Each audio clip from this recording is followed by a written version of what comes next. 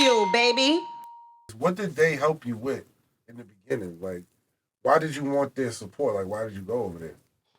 Um, well, and I came to Rough Riders back in like '94.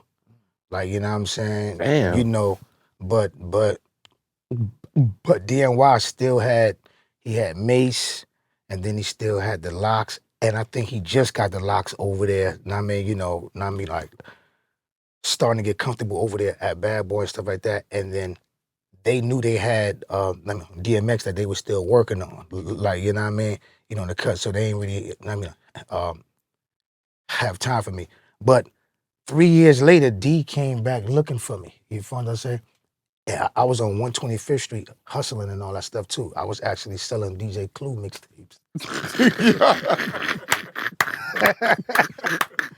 Yo, look, D came through. Yeah. You can't make this up. I was selling You said DJ. D came through it?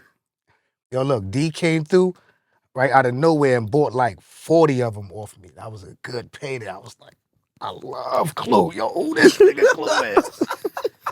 Yeah, you found out like that was when Clue had the Get At Me Dog joint with the Locks on it. Oh. That tape, I bodied that.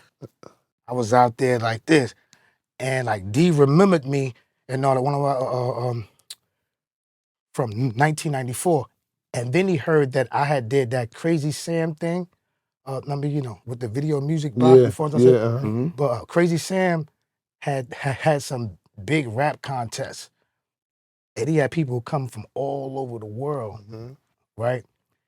And I mean, that was probably like in 95 or something like that. And I went there and they said that I won third place, but then they called me back 2 weeks later and said, my fault, it was a mistake. You won first place. And like the word got back to D. Like, you find what I'm saying? So like when he saw me out there selling the joints that he had just put out that song and all that stuff, and that joint was right, he bought like 30, 40 of them and told me to meet him that night, like around 8 o'clock. I went in the studio. I battled DMX for like 45 minutes. I lost for like 45 minutes. But I had the respect though, like, you feel what I'm saying? Because I kept coming though, like, hold up, he can't be writing this rhyme, you feel what I'm saying? Because you got to keep this in mind, I'm 17. So, you feel what I'm saying? Yeah.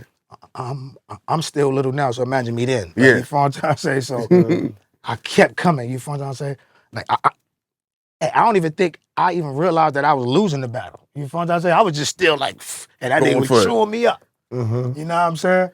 But, I mean, you know, that was it. Like, you know what I mean? You know, like, once D came through and showed me, like, I mean, at that time, I think I was living in Harlem. Like, I was living all over the place. You feel what I'm saying? Like, I lived in Brooklyn. I lived in Queens. Like, you know what I mean? Harlem.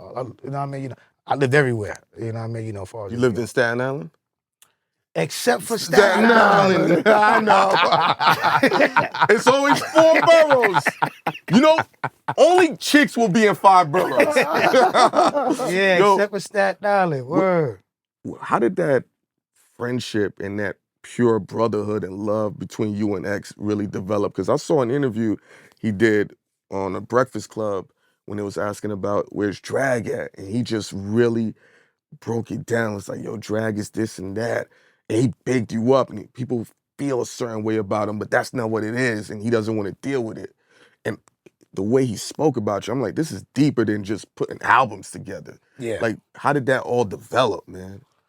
But when I first got the Rough Riders, I mean, you know, like DNY had to ship DMX to North Carolina so that way he could be focused and away from New York so he won't get in trouble or get arrested or nothing. What was like he that. doing? Everything. Like, what you talking about?